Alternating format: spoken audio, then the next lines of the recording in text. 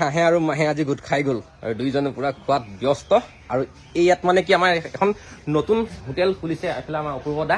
দাই খুলিলে আৰু আমাক ভাত খাবলৈ নিমন্ত্ৰণ জনালে ন ককা পিতাৰ কাৰণে সম্ভৱ সকলোখিনি হয়নে কিহেৰে দিছে আপোনাক কিহেৰে দিছে দালি হা দালি ভাজি মাংস চাংস নিদিলে নি এই মাংস বোলে ককাই মাংস নাখায় নহয় দাঁত নাই এই গতিকে অঁ মাংস খাব আৰু এইফালে যিহেতুকে গহপুৰ টাউনৰ মাজমজিয়াত অপূৰ্ব দাই এখন হোটেল খুলিছে আৰু হোটেলখন মানে তো তেওঁ এজন বিহুৱা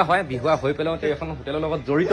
আৰু সেয়ে আমাক অলপ খাবলৈ মাতিলে আৰু ইয়াতে খুব সুন্দৰকৈ অসমীয়া এসাঁজ মানে যিহেতুকে কলপাতত দিছে কলপাত আৰু এইফালে দেখিছে কলপাত কি বঢ়িয়া এটা খানা আৰু ইয়াত দি আছে আমাক এইফালে বৌয়ে দিছে দেই হোটেলখন আপোনাৰ ন কিমান দিনৰ হোটেলখন খোলা হোটেলখন সোমবাৰে অপেনিং হৈছে হয় আৰু ভাল লাগিছে তোমালোক আহিছা হয় আৰু আমিয়ে নহয় তো আপোনালোকো আহিব লাগিব খাবলৈ কাৰণ